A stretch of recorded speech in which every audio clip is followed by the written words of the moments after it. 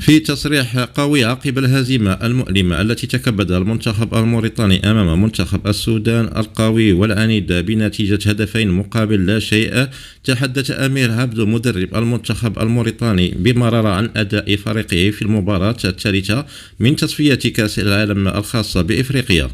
وقال أمير عبدو في تصريحاته: لقد كانت مباراة صعبة ومحبطة للغاية، لم نكن في المستوى المطلوب، وأعتقد أننا لم نظهر الروح القتالية التي تعودنا عليها في المباريات السابقة.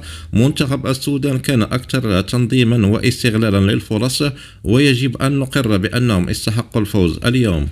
وأضاف عبدو: اللعب أمام جمهورنا وعلى ملعبنا كان يفترض أن يكون دافعا إضافيا لتحقيق نتيجة إيجابية، ولكن للأسف لم نستطع استغلال هذه الميزة. نحن كجهاز فني ولاعبين نتحمل المسؤولية كاملة عن هذه الخسارة.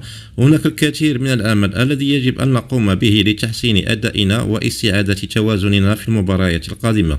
وأكد المدرب الموريتاني أن الخسارة لن تنتهي عزيمته وعزيمة اللاعبين، قائلا: هذه الهزيمة هي درس قاسي لنا جميعا، سنعمل بجد على تصحيح الأخطاء والاستفادة من هذه التجربة لتحسين أدائنا في المباريات المقبلة.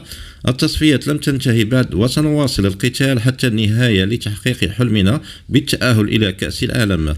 وختم أمير عبدو تصريحه برسالة للجماهير الموريتانية قائلا: أود أن أشكر جماهيرنا على دعمهم المستمر، نعلم أنهم محبطون مثلنا، ولكن أعدكم بأننا سنبذل قصارى جهدنا للعودة أقوى وتحقيق النتائج التي تليق بمنتخبنا وبطموحاتكم.